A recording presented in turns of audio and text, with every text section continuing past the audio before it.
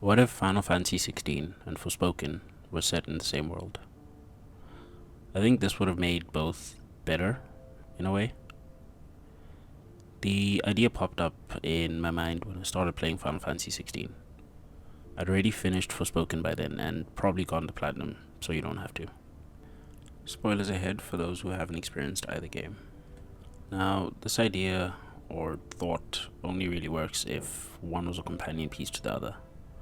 In this case, Forspoken would be the companion piece to Final Fantasy XVI. So it'll be named something like Final Fantasy XVI Forspoken, similar to Final Fantasy VII and all its companion pieces like Crisis Core and the like. With that, a lot of the story of Forspoken would have to be changed. First comes the isekai side to it. That would need to go. I think the original game itself could have still made do without it, as the real world aspect of the game is not really necessary in the greater scheme of things, apart from Frey's father coming from our world. The story of Forspoken would then revolve around the daughter of a woman similar to Beerus, with the natural ability to use magic, and a father from a far-off continent not shown in Final Fantasy XVI, likely a place with African-like people. She would have been sent off to this land to live with her father, who would abandon her and leave her in a type of foster care system, which would lead to the same events as those that took place in the game. The continent would likely be a bit more technologically advanced compared to Valisthea, not relying on the magic of mother crystals, as they wouldn't have any.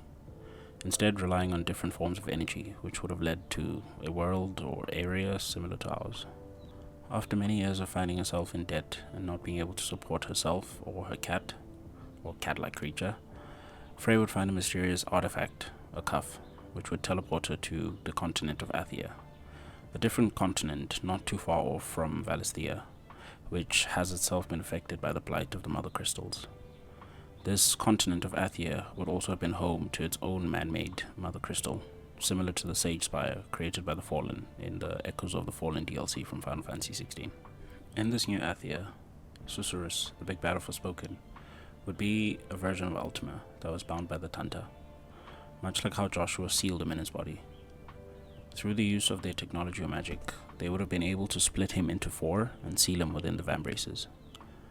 Over the years, the corruption would begin to take hold over each of the Tanta, and through their continued use of the magic ability to suppress him, both their minds and the land around them would begin to be corrupted by the break or the blight. The Forspoken game would begin the same way, with Frey unable to sustain herself, finding the cuff that teleports her to a different region of the world because of its link to the other three. Over the course of the game, we would get a different side of Ultima, one that tries to work his way into Frey's heart, to make her believe that he is the ultimate good, looking to cleanse the world. This of course would be explored as the game progresses, with the more that Frey discovers of the world, the past, the Fallen, and Valisthea, the more Ultima would try his best to corrupt her. From the perspective of all those in Athia along with other parts of the world, Valisthea would be hailed as a land of immense power, given the legends of the icons and people that can transform into these gigantic beings of insane strength. Its history and stories would likely be spread all around the world, and knowledge of the icons would be commonplace. With this, it wouldn't be too strange for a mural or two of Ultima and all the icons to be around in other locations around the world. Travel to and from Valisthea is possible. We know this because Cid is not originally from there. We also know that the power of the icons is only available to those in Valisthea or on the continent. Again, because of Cid, who only received his power of Ramu once he landed on Valisthea. With this, it would make sense that no other icons or dominants are available around the world. However, this does not discount magic.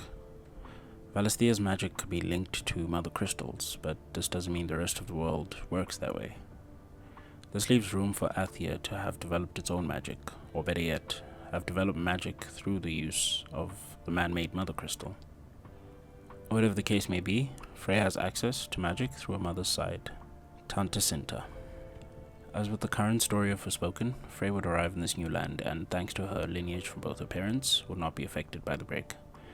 She, through the help of Cuff, would find her way to Sepal, the only town not affected by the break yet, and there would meet a few survivors of this land. After learning much about the history of the land and about the break in this area, being caused by the Tanta, Frey would go on a mission to take them down, guided by Cuff, who has ulterior motives to be released. While on this journey, Frey would discover more about Ultima, as Cuff tries to manipulate her to believe otherwise. The more she learns, the more the two begin to argue and disagree. Things like break storms or ether floods would still be a common occurrence across the game, and would have an impact on the area the player's in. The Akashic or break beasts would still result from prolonged exposure to the storms or floods, and in this case, the land would also become barren, much like in Final Fantasy XVI.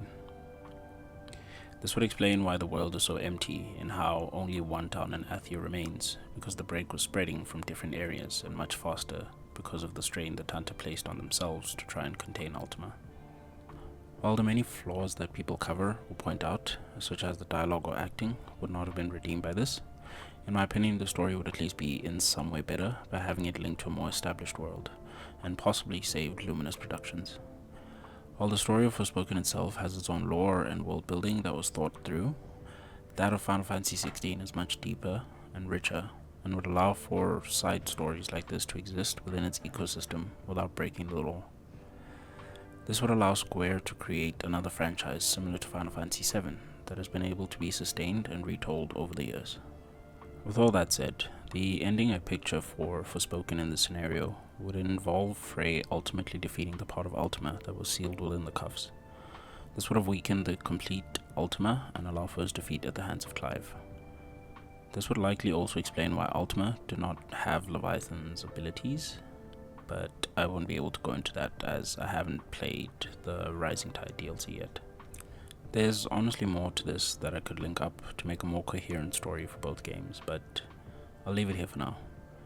The idea was honestly spawned when I initially played Final Fantasy XVI, after having played Forspoken for some time, and realizing the similarities between the two that didn't make sense to me. Maybe the two games were initially meant to be part of the same project, and due to development changes in both teams, ended up being split up? I don't know. I mean, it would also make sense why both games were released within the same year. I only recently finished Final Fantasy XVI, and appreciate that the game is a complete package as is. While I believe this idea would have made Forspoken slightly better, it could have possibly weakened or worsened Final Fantasy XVI in the eyes of many due to the reception Forspoken received, though no one would have known until release, unless Square already knew internally. Anyway, I like both games and finished both. I platinum Forspoken back when I played it, and plan to eventually platinum Final Fantasy XVI. If you like my weird and random tangent, please feel free to leave it a like and subscribe for more. I post daily shorts from some multiplayer games I play from time to time, but would really love to talk more about games in longer form. Catch you on the next one.